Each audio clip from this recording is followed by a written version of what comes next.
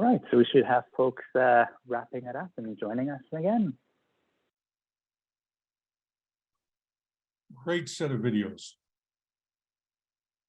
Congratulations to the projects on putting these together. They'll serve as a really nice summary of what the projects, the 13 projects, have done in Child Right over the last 5+ years.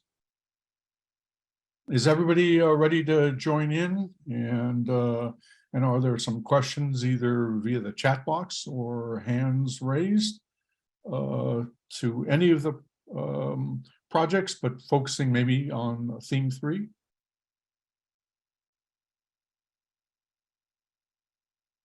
So I have a question for Annette. So in terms of going forward in Bright coaching, it would seem to me that the policymakers will be an important constituency to engage. Has that started to happen, or did it happen in phase 1, particularly, of course, in the 4 targeted provinces? So first, before I respond, I just want to let you know that there are other members here from our team. So just to acknowledge them, I believe Christy Whitmire, I saw her name. She's a co-principal investigator from Manitoba. Tatiana Ogurtsova, who is a postdoctoral fellow on the project and now an early career researcher.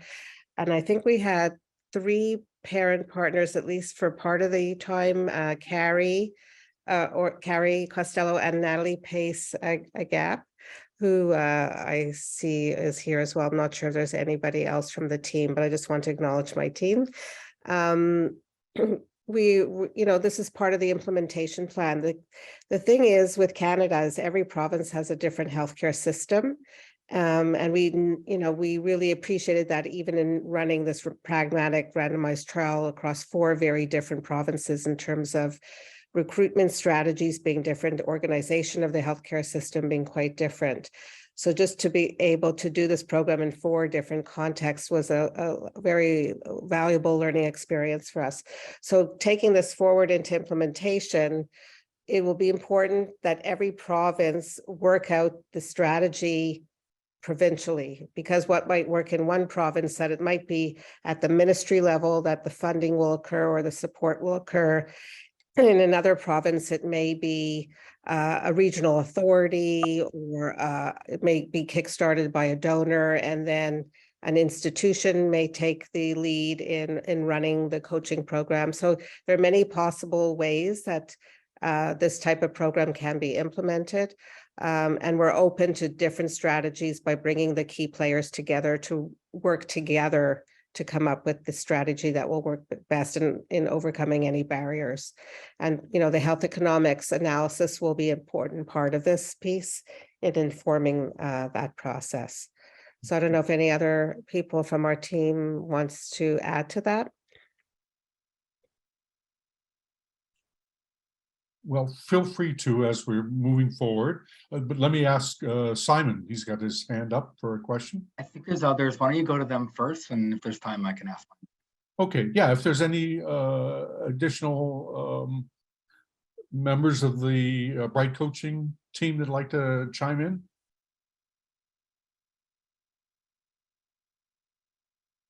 Oh, maybe they didn't put their hands down from before. Is that all it was? Okay, well, your hand is up, Simon. So it's just my lack of research knowledge. I love these programs. Obviously, I'm involved in Ready or Not on a cardiac side in a different project. And I when I hear Ready or Not and I hear the Bright coaching and I go, okay, we want to get them implemented into the system. And there's so much similarities and overlap between projects like that. Is there ever any thought to hey, well, Bright coaching should involve this Ready or Not app because it would make sense to coach them on that while we're doing that? Are those kind of things ever talked about around research projects, and how do we do that to make sure that if you're going to advance one, I might as well advance both? Yeah, great question, Simon. And I would extend that to the CSENT group too, coming from the clinic into the community and so on. So any thoughts or comments from any of the projects in that to Simon's query? I can jump in on that one. I mean, Bright Coaching is for 2 to 6 year olds, so they might not quite need the Ready or Not app yet. Fair enough, but in principle, you know what I'm talking about, Carrie. Absolutely. In principle, I think it is important. And I think that's why sort of these meetings and these updates are important, is to make sure that we're not staying in a silo and make sure we are thinking about those crossovers and how do they work? Because certainly Bright Coaching into Strongest Families is a, you know, because their age groups are, one's preschool, one's slightly older. So sort of making sure that we know what's going on all the way through the lifespan of the child to really get that is super important. So thanks for bringing it up, Simon.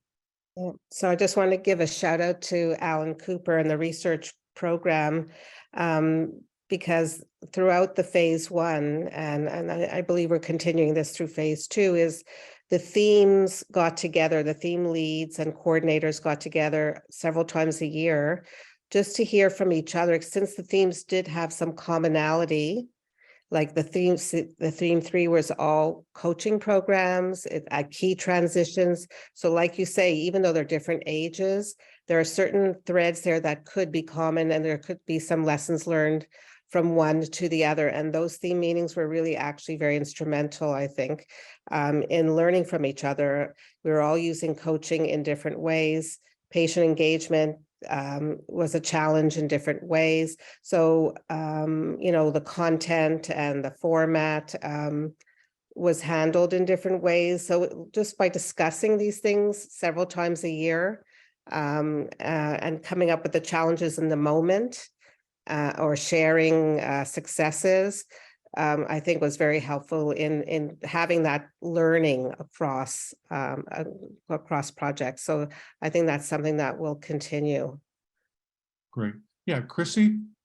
Yeah, thank you. I just wanted to also, to Simon's question, thank you for that. It's extremely relevant, and I'd say even beyond individual research projects, we've been having a lot of conversation about what have clinicians and the organizations themselves started to develop in this 5-year plus time span that we've been working on the research. So it's exciting to see that the research is relevant, because the clinicians are developing some programs that attempt to meet the same needs as Bright Coaching does, but in a different way. So in Manitoba specifically, we're really looking forward to seeing how this research program can now fit into still fit an unmet need, but in the context of clinical solutions that are emerging to a very similar issue.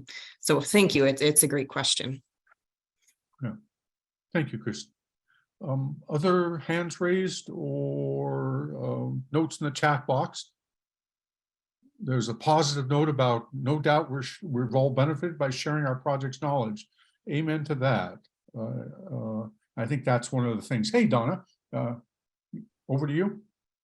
Thanks. Thanks, Dan. I was just wondering if any projects presented today have made inroads in with embedding themselves into future systems. Do we have anything to report that way? A question for all projects. Well, as PI of Child Bright, I'm hopeful that in 4 years' time, all the projects will be implemented somewhere out there. So that's really the goal of the phase 2, is really being very deliberate and take this, the knowledge we've generated and making it and bridging that gap that takes decades to have this new knowledge taken up and used in ways that promote best practices and policy decisions. So, you know, I'm hoping that we can answer your question more fully in 2026. So that's just a general comment. Thank you. I was just, so are we going to be putting together a policy and implementation committee, or what will that look like in the next phase?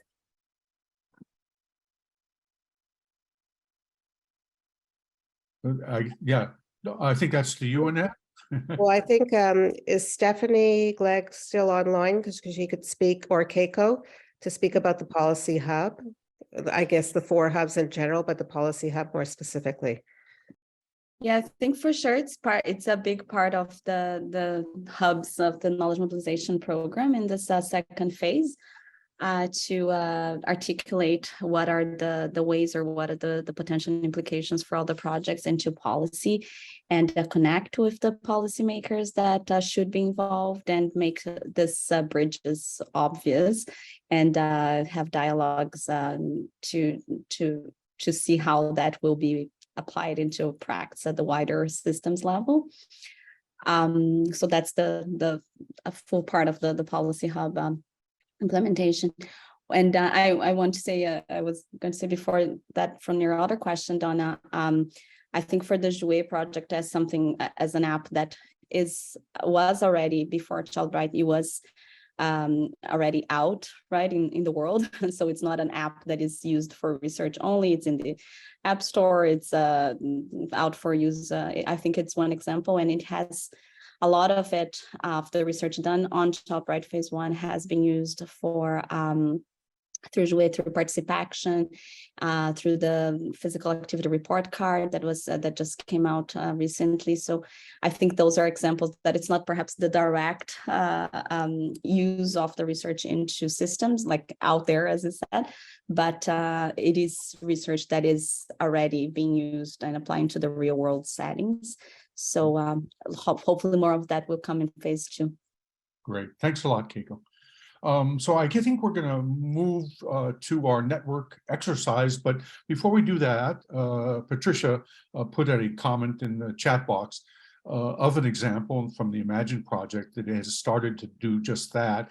And she points out that in our last hour, which I think is maybe the frosting on the cake, will be posters which will sort of expound on each of the themes and allow deeper dives and for interactions between the various participants and all the posters. So look forward to seeing folks there.